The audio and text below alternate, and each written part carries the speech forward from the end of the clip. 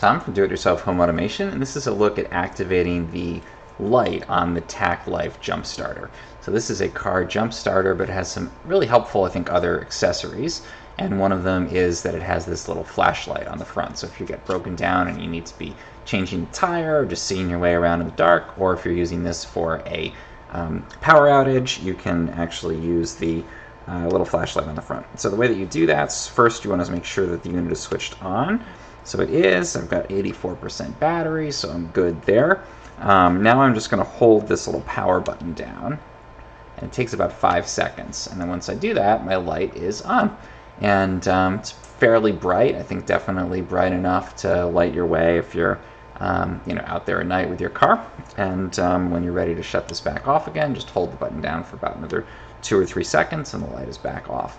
So that's the little accessory light there on the Tacklife Jumpstarter. I think that's a nice little extra bonus feature to have.